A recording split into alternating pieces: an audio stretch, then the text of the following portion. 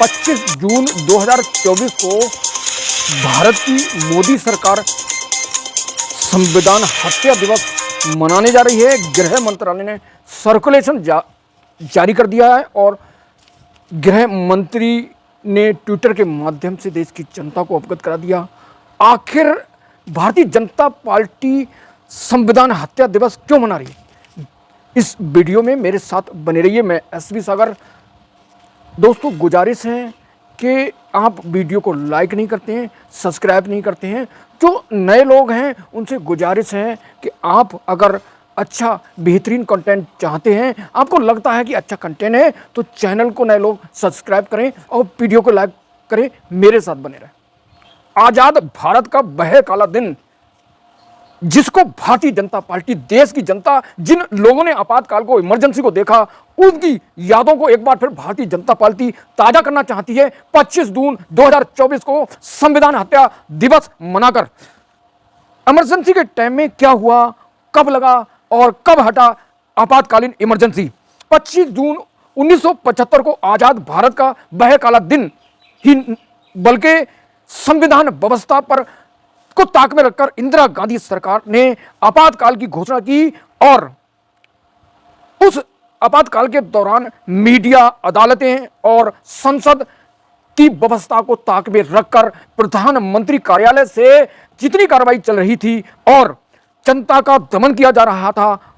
इंदिरा गांधी सरकार ने आपातकाल की घोषणा कर खुद को पावरफुल घोषित किया और संविधान के सारे अधिकार को, जनता के जो अधिकार थे, नेताओं के विपक्षी अधिकार को, सबको समाप्त कर दिया। इंदिरा गांधी ने आपातकाल के दौरान हुक्म दिया कि वह कितने बच्चे पैदा करेंगे और क्या बोलेंगे, क्या खाएंगे। विपक्ष के सभी नेताओं को 21 महीने के लिए जेल भेज दिया। इसके बाद इंदिरा गांधी सरकार ने इमरजेंसी लगाकर खुद को पावरफुल बना लिया और उसके बाद संसद, अदालत और मीडिया की आवाज को न्यायपालिका के द्वारा प्रधानमंत्री इंदिरा गांधी के द्वारा दमन करने का काम किया गया और उस साहस के खिलाफ किसी के बोलने की हिम्मत नहीं हुई। उस दमनकारी नीति के खिलाफ केंद्र की मोदी सरकार ने गृह मंत्रालय द्वारा 25 जून 2024 को संविधान हत्या दिवस के रूप में मनाने का निर्णय लिया है। 2024 के लोकसभा, आपको बता दें कि भारतीय जनता पार्टी आखिर संविधान हत्या दिवस क्यों मनाना चाहती है। 2024 के लोकसभा चुनाव में बीजेपी एनडीए को उम्मीद थी कि उन्हें 370 और 400 एनडीए को सीटें मिले, लेकिन इंडिया गठबंधन के घटकों ने चुनाव जीतने के लिए भारतीय संविधान को खत्म करने के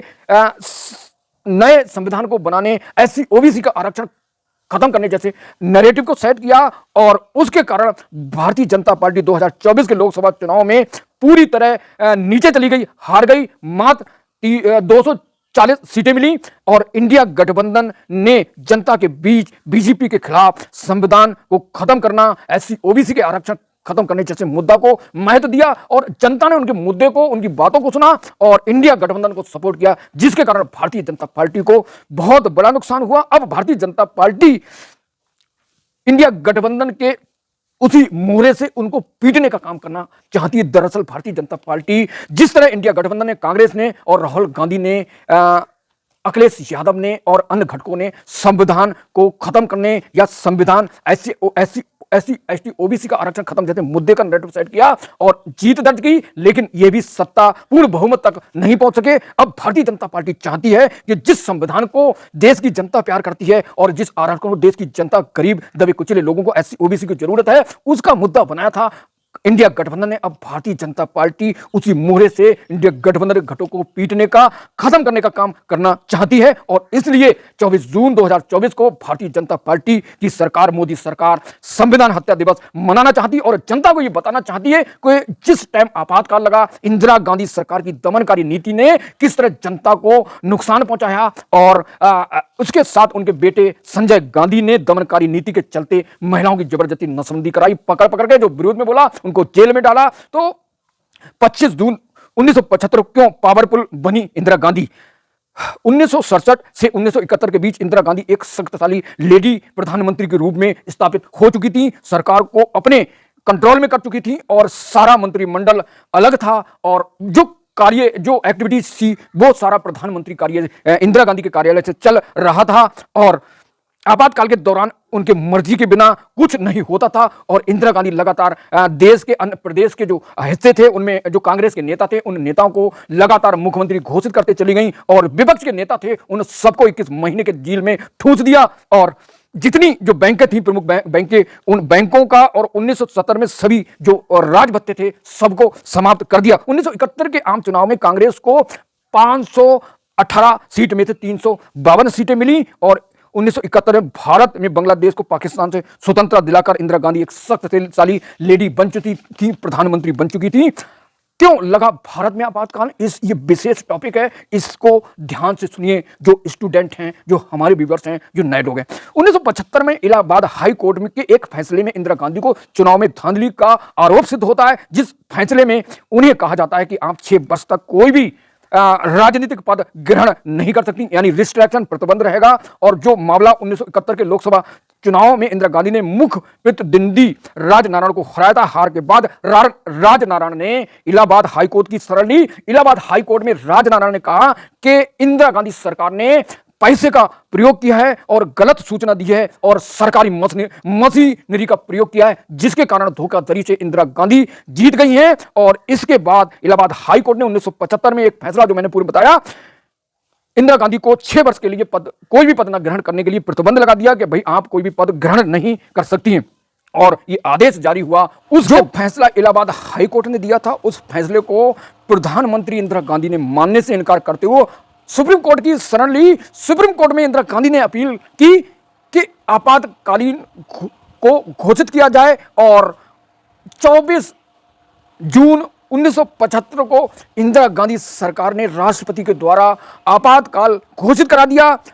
और आकाशवाणी पर संदेश दिया, रेडियो पर संदेश दिया कि जब से मैंने आम आदमी और देश की महिलाओं के फायदे के लिए कुछ प्रगतिशील कदम उठाया है, तभी से मेरे खिलाफ गहरी साजिश रची जा रही है। और आपातकाल लागू करके इंदिरा गांधी ने आंतरिक सुरक्षा कानून मीसा के तहत विपक्षी नेताओं को 21 महीने के लिए जेल में ठूंस दिया गया, जिसमें जॉर्ज फर्नांडिस, अटल बिहारी वाजपेयी, जयप्रकाश नारायण शामिल थे। और इसके साथ साथ इंदिरा गांधी ने आरएसएस पर प्रतिबंध लगा दिया, आरएसएस के मौलिक अधिकार के खिलाफ सड़क पर उतरे, सत्याग्रह किया और बड़े बड़े नेताओं ने सत्याग्रह में हिस्सा लिया। पंजाब में भी बड़े स्तर पर आंदोलन किया गया और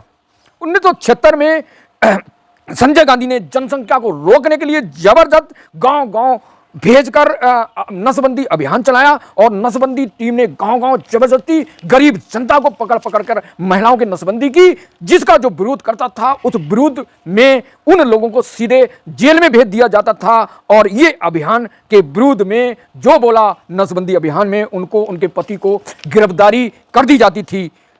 18 जनवरी 1977 में आपातकाल के विरोध में जनता सड़कों पर उतरी और इंदिरा गांधी सरकार की जन विरोधी नीतियों के चलते